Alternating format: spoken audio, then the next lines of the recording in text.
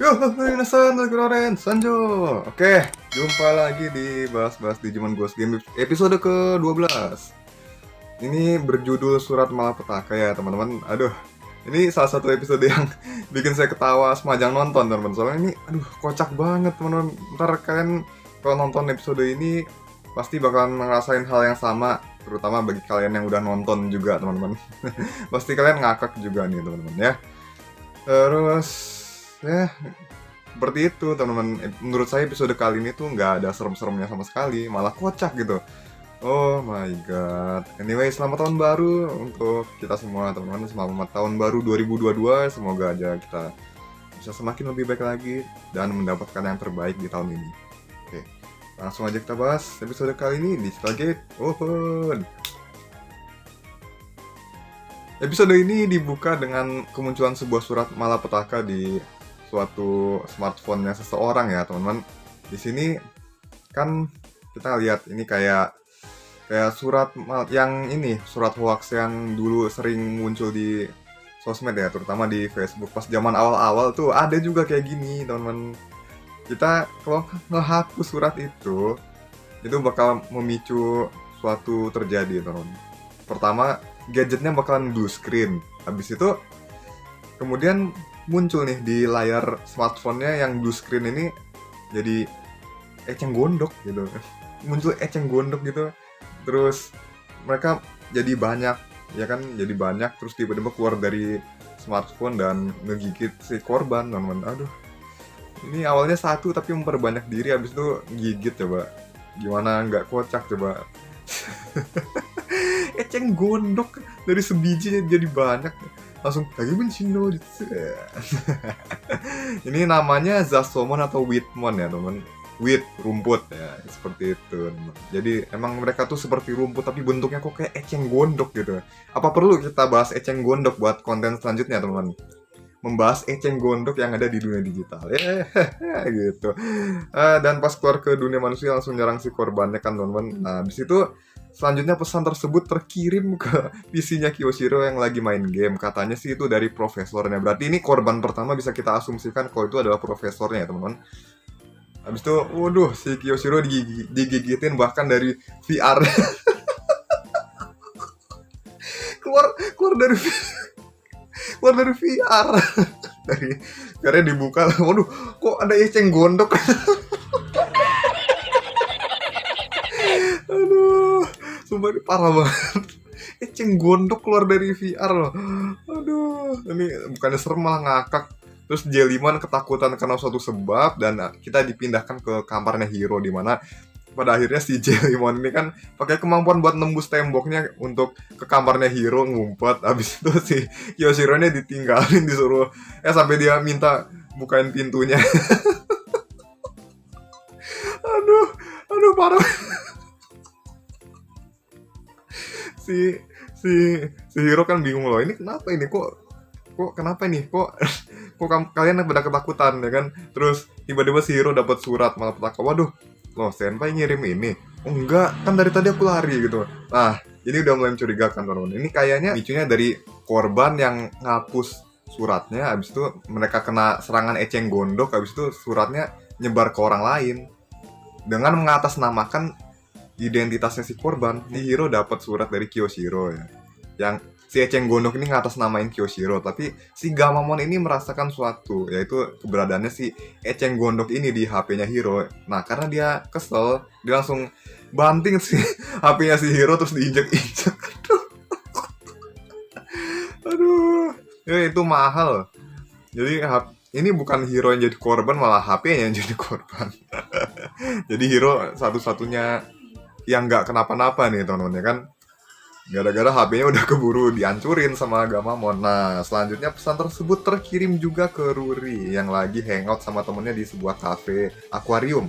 Ini akuarium hologram dan ikannya nyebar sampai kemana-mana. Bahkan ini nuansa akuariumnya kerasa kayak di laut gitu ya teman-teman. Ada tanaman laut dan lain sebagainya. Kalau kalian lihat di sini, ini bagus banget interiornya, luar biasa. Kapan nih dunia bisa kayak gini? Ini keren loh. Hologram jadi pemandangan, terus ada ikan-ikannya juga kan teman-teman. Mungkin suatu saat nanti bakal ada kebun binatang hologram gitu. Bisa jadi.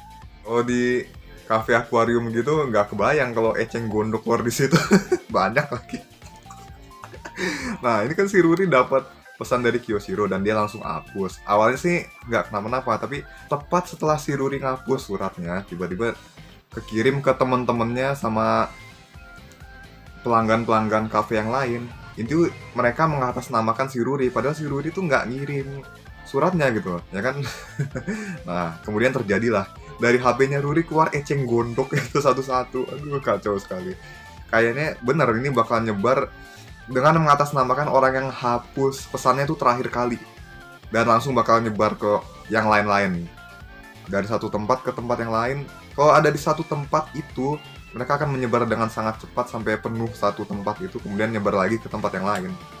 Kayaknya ini merambat dari satu orang ke orang lain, jadi nggak langsung gitu aja, tapi set set set set set set set, set, lama-lama nyebar dan semakin banyak gitu, menyebar luas istilahnya. Alhasil satu kafe itu heboh dong teman-teman. Asrama Hero juga heboh di sini, kelihatan satu asrama murid-muridnya pada kena korban eceng gondok semua. Aduh, kacau sekali teman. Ada di antara mereka yang nelen sebotol air dan juga cup ramen. Kan cup ramen itu ada kuahnya. Ini apakah ada hubungannya teman-teman? Dengan mereka nelen air terus jadi gede, ya wajar sih kan tanaman teman. Mereka tambah besar dengan nelen air. Terus ini kemudian dimunculin juga Digimon Analyzer-nya, si Zasomon atau Witmon ini memang menyerap air untuk bertambah besar, dan juga mereka itu bisa menyerap kadar air dari suatu makhluk dengan cara menggigit mereka gitu. Ini alasan kenapa Jellymon takut sama mereka, karena badannya si Jellymon ini seperti terdiri dari kadar air yang cukup besar ya teman-teman. Kan ya iya, namanya juga ubur-ubur, makhluk laut. Terus dengan mudah mereka dipukul mundur ya. Ternyata mereka lemah, tapi wah, kengeriannya nggak sampai di situ teman-teman. Aduh, kacau. Ini mereka masih bisa membesar dan bahkan ada yang besar sekali, sebesar apa raksasa karena minum air doang. Dan di dunia digital tuh ada yang bener-bener wah, gedenya menurut si Jellymon tuh gede banget, sampai segede apa itu, segede Ultraman gitu. Ini sampai infonya dibahas kemana-mana ya kan. Kalau kalian nonton kalian tahu lah ini kayak gimana teman-teman. Aduh, terus mengenai si eceng gondok ini mereka udah mulai nyebar kemana-mana juga, bahkan ke toko ramen, ke rumah orang. Tiba-tiba pas orang buka kulkas, ada si ini eceng gondok lagi minum susu, minum air, terus waduh, ukurannya udah segede pepaya.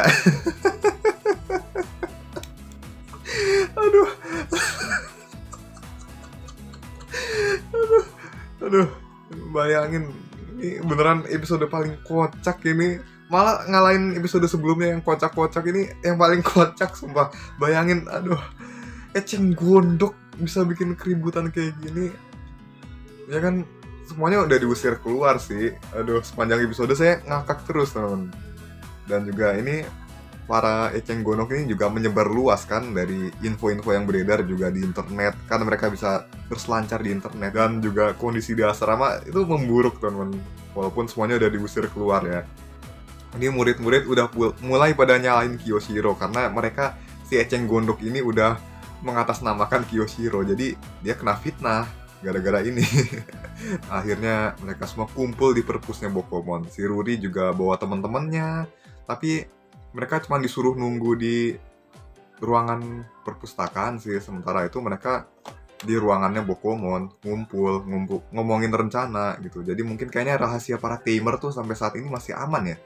Bahkan temennya Hiro itu si Kotaro aja bener-bener nggak tahu apa-apa soal Hiro dan kawan-kawan yang udah jadi tamer gitu ya. Aduh, seperti biasa Gamamon dikasih coklat dan bikin gemes ya teman-teman. Aduh, ini gemes banget. Nah, koneksi internet di perpus pun sudah diputus duluan oleh Bokomon sehingga mereka aman untuk sementara. Intinya di perpus mereka aman dari eceng gondok, itu nggak bakalan muncul dari perpus lah pokoknya, gitu kan. Terus ya ampun, ini kacau sekali. Ketika surat malapetaka ini dihapus, si Bokomon yang membuat teori ketika itu terjadi, ini bakal aktif sendiri program OS-nya, operating system dari gadget itu akan dimanfaatkan oleh si eceng gondok ini untuk berkembang biak, dan kemudian mereka akan keluar, sehingga efek samping dari perbuatan ini adalah gadget yang mereka jadikan ini lahan buat berkembang biak itu jadi blue screen gitu. Dan ya eceng gondok ini keluar dalam jumlah yang besar dalam satu gadget doang gitu kan, walaupun ya kecil-kecil sih segede biji jagung, tapi lama kelamaan mereka bakal membesar segede pepaya, segede koper, segede ya segede itulah. Bahkan bisa makin gede lagi. Aduh, kocak banget sih episode kali ini. Jadi setelah itu ya udah gitu, gadgetnya diambil alih dan mereka bakal nyebar lagi ke gadget yang lain melalui internet gitu. Jadi mungkin seperti ini. Jadi awalnya dari satu ke gadget, terus kan kirim suratnya dihapus, mereka berkembang biak, mereka yang cloningan keluar, tapi yang jadi sumbernya ini pindah ke gadget yang lain, berkembang biak lagi dengan cara yang sama. Teori aja sih. Kalau kalian ada teori, kalian bisa tulis lagi di kolom komentar seperti biasa ya. Terus ya, ini Kyoshiro langsung membuat perhitungan dengan tabletnya Bokomon. Jadi dia membuat teori dari jumlah murid yang terdaftar di PC-nya itu ada 100. Terus kita asumsikan satu orang nyebar ke 10 orang yang lain. Jadi ini tinggal dikali aja, kali 10 terus. Tahap pertama 100, tahap selanjutnya adalah 1000. Kemudian sampai di tahap ketiga akan jadi 10.000. Kalau sampai 6 kali lagi terjadi seperti ini, maka korban yang terkena dampak surat ini bisa mencapai 100 juta jiwa. 100 juta gadget lebih tepatnya. Dan kemudian jika dibiarin, bahkan seluruh Jepang aja dan juga seluruh dunia itu bakalan tertutup sama si eceng gondok ini. Aduh, ini kocak kebayangin. Dialognya juga kocak, teman. Aduh, apapun yang terjadi tuh mereka bakalan nyebar luas dan bertambah banyak gitu. Aduh, kacau sekali. Parah banget, teman-teman. Ini mereka juga bisa berkembang biak, terus bisa membesar dengan minum air, nggak peduli air jenis apa, yang pokoknya asal itu cairan tuh bakalan membuat mereka bertambah besar gitu. Sifat alaminya juga kayak rumput ya kan, mereka bakal nambah-nambah terus. Dan juga rumput kan walaupun dicabutin satu-satu nggak bakalan kelar, pasti bakal nambah-nambah terus. Dari cabut, kalau tumbuh lagi tambah panjang gitu ya kan, sama kayak Zasomon ini gitu, kayak rumput kan. Internet mereka nyebar terus ke dunia manusia cuma buat nyari air biar bisa bertambah besar ya kan. Bahkan manfaatkan program dari gadget buatan manusia ini, aduh, yaitu program OS, operating system. Aduh, kacau sekali. Mereka bisa bener-bener, wah, bahkan di dunia digital itu sangat mustahil cara seperti ini, teman-teman. Dan ini yang bikin saya ngakak di bagian ini. Sumpah ngakak di sini. Ini mereka udah pada putus asa sambil ngomongin dunia kiamat gara-gara eceng gondok doang. Aduh, terus Bokomon menyatakan kalau misalkan mereka yang keluar ini cuman buat mencari air, jadi paling nggak untuk meminimalisir kerusakan mereka paling nggak bisa dikumpulin di suatu tempat dengan sumber mata air ya teman-teman. Satu tempat aja supaya bisa diminimalisir kerusakannya. Jadi langsung aja si Kyoshiro ini aktifin VB-nya buat ngeluarin field lautnya ya teman-teman. Kan si cyberspace-nya si Kyoshiro itu fieldnya laut. Kalau kemarin tuh kayak kota tengah laut ya, di tengah laut ya teman-teman, dan juga pesisir pantai. Tapi sekarang justru munculin danau sebiji doang. Jadi dia di sini udah mulai keren lagi teman-teman. Ini mulai kumat kerennya, dimana dia akan berencana untuk mengumpulkan mereka semua di satu tempat, kemudian berencana membuat program vaksin setelahnya, dan yang utama adalah membasmi mereka demi mengembalikan harga dirinya sebagai kepala asrama. Tapi giliran disamperin langsung, wah, ketakutan lagi. Kocak ya teman-teman. Tapi si Gamamon nggak tinggal diam. Dia dan Anggoramon langsung menyerang di garis depan. Di sini Gamamon ngamuk juga, si Anggoramon bantuin pakai peti tornadonya, semuanya terhempas jauh. Dan ini cara ngatasinnya adalah dengan melukai mereka, jumlah mereka bisa berkurang walaupun mereka bisa bertambah banyak juga. Bertambah besar juga. Jadi tadinya banyak kecil jadi gede, tapi kuantitasnya atau jumlahnya berkurang. Nah, ini cara mengatasinya, teman-teman. Jadi, ini Kyoshiro langsung ngubah si Jellimon jadi Tesla Jellimon dengan kekuatan Chunibyo-nya dia. Waduh, ini bisa kompak begini ya, teman-teman. Keren loh. jadi Tesla Jellyman dan langsung aja ngeluarin jurus sambil cuni juga gitu kan. Jurus bernama Panisione. Iya, Panisione, yaitu menghentakkan telapak tangan ke tanah sambil mengalirkan listrik yang ada di seluruh tubuhnya, kemudian menciptakan semacam gelombang listrik yang cukup besar menyebar 360 derajat ya ke segala arah, sehingga itu membuat para pasukan eceng gondok ini berkurang dalam jumlah besar. Aduh, ini mereka udah siap buat membasmi semuanya, teman-teman. Aduh, kocak lah, teman-teman. Ini kebangkitan langsung si Kyoshiro sama Jellymon, padahal tadinya mereka tuh ketakutan loh. Tapi seenggaknya kali ini si Jellymon juga ketakutan sih, dan kompak banget ketakutannya barengan gitu ya. Aduh, keren. Luar biasa. Emang best tamer. Jangan salah, Kyoshiro tuh emang best tamer, teman-teman. Ya kan? Dan si Gamamon ini, walaupun kecapean, dia masih pengen melindungi. Sementara itu si Hiro juga kebingungan. Dia, aduh, pakai form apa nih? Battle Gamamon atau Chaos Gamamon nih? Tapi, walaupun dia pengen ngubah si Gamamon juga, dia nggak yakin si Gamamon itu bakal berubah jadi form apa, gitu. Karena kan dia masih belum tahu nih cara buat menentukan formnya si Gamamon yang muncul tuh apa. Jadi ya, dari kemarin juga cuma nerka-nerka sama nurutin kemauannya Gamamon doang, modal itu doang, tapi dia belum tahu pasti cara pasti untuk mengubah si Gamamon jadi form yang dia mau gitu. Terus pada akhirnya di sini si Hiro dan Gamamon itu satu hati lagi, mereka menghapus keraguan mereka dan kemudian mengubah si Gamamon ini menjadi Wezen Gamamon. Karena mereka menghapus keraguan mereka dan juga menyatukan perasaan mereka yang sangat kuat untuk melindungi sesuatu yang berharga bagi mereka, yaitu dunia dan juga coklat bagi Gamamon. Ya. Ini Wezen Gamamon seperti yang kalian lihat, wujudnya cukup besar dan juga badannya keras yang pasti, bertenaga besar dan mungkin kecepatannya yang paling rendah ya dari form-formnya Gamamon. Tapi tenaganya luar biasa, teman. Itu baru serudukan. Belum jurusnya yaitu Sedona, yaitu dia dengan cara menembakkan peluru-peluru meriam dari tanduknya. Ini pelurunya peluru listrik apa gimana, teman? Soalnya ini tanduknya Wezen Gamamon tuh kayak railgun, teman. Jadi kayak senjatanya Freedom kali, Freedom Gundam yang di pinggang, yang tush gitu. Si Wezen Gamamon ini berhasil menundukkan eceng gondok ini satu persatu gitu, teman. Eceng gondoknya mulai berkurang dan sampai tersisa 3 biji. Dan kemudian mereka bersiap untuk mengakhiri mereka dalam satu kali serang dengan ngecharge ini energi di tanduknya. Tapi sebelum ditembakin jurus terkuatnya itu, tiba-tiba si eceng gondok ini pemimpinnya muncul dan menghentikan pertarungan. Jadi ini si kakek Zasomon atau kakek Whitmon ini bilang kalau dia itu yang bertanggung jawab, karena pada awalnya ketika dia sampai di dunia manusia dia itu kesepian dan juga dia cuman awalnya niatnya cuman bikin satu cloning doang, tapi dia kecolongan, jadi si cloningnya ini kabur dan membuat kekacauan ini gitu. Mungkin ini gara-gara apa sih? Mungkin gara-gara air di dunia manusia yang limpah ya, teman-teman. Dan juga manusia itu kan juga kadar airnya 75% ya. 75 atau 70% itu lupa saya. Udah lupa pelajaran biologi. Ya, jadi seperti itu, dia ngamuk gara-gara air doang gitu. Tapi tatapan si kakek Zasomon ini ketika pengen menghentikan semua Zasomon ini, mereka ngelirik-ngelirik. Dia ngelirik-ngelirik kan ke Hiro dan kawan-kawan, tapi tatapannya kayak mencurigakan gitu, kayak ada tatapan licik, ada kelicikan apa ini?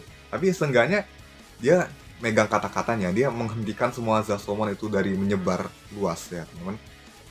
Dan ya, walaupun mencurigakan, tapi setidaknya itikadnya baik ya, teman. Oke, kemudian selepas itu case close, semuanya udah selesai dan Hiro dan kawan-kawan pulang. Sementara itu si Hiro masih mengkhawatirkan HP-nya. Juga menimbulkan pertanyaan di dalam kepalanya, yaitu si Gamamon ini sudah punya 3 jenis perubahan. Lalu kedepannya gimana nih, teman-teman? Ya kan? Apakah kedepannya dia bakal ngapain nih, teman-teman? Apakah dia akan berusaha untuk mencari tahu cara untuk memilih form yang akan digunakan Gamamon secara pasti ya, teman-teman? Dia secara pasti maksudnya kayak dia Battle Gamamon harus gini, ya udah dia tepatin requirement-nya. Jadi kalau Gamamon gini, requirement-nya gini, dia tepatin. Wezen Gamamon gini, dia tepatin juga. Mungkin dia apakah dia akan berusaha mencari tahu itu, kita akan tahu mungkin di episode-episode berikutnya, teman-teman. Untuk saat ini mungkin belum ya. Ya, jadi Jadi maksud saya tuh selain dari kemauannya Gamamon, maksudnya kayak Gamamon maunya ini jauh dari sekedar itu aja, dari sekedar nerka-nerka kemauannya Gamamon gitu. Ya udah, sebelum tambah belibet ya teman-teman. Kemudian fakta fakta berikutnya, 3 minggu ini berturut-turut Gamamon keluarin 3 evolusi berbeda. Jadi 10 Battle Gamamon, 11 Chaos Gamamon, 12 Wezen Gamamon. Oke, ini berturut-turut teman-teman. Beneran, ini menarik sekali buat dibahas ya teman-teman.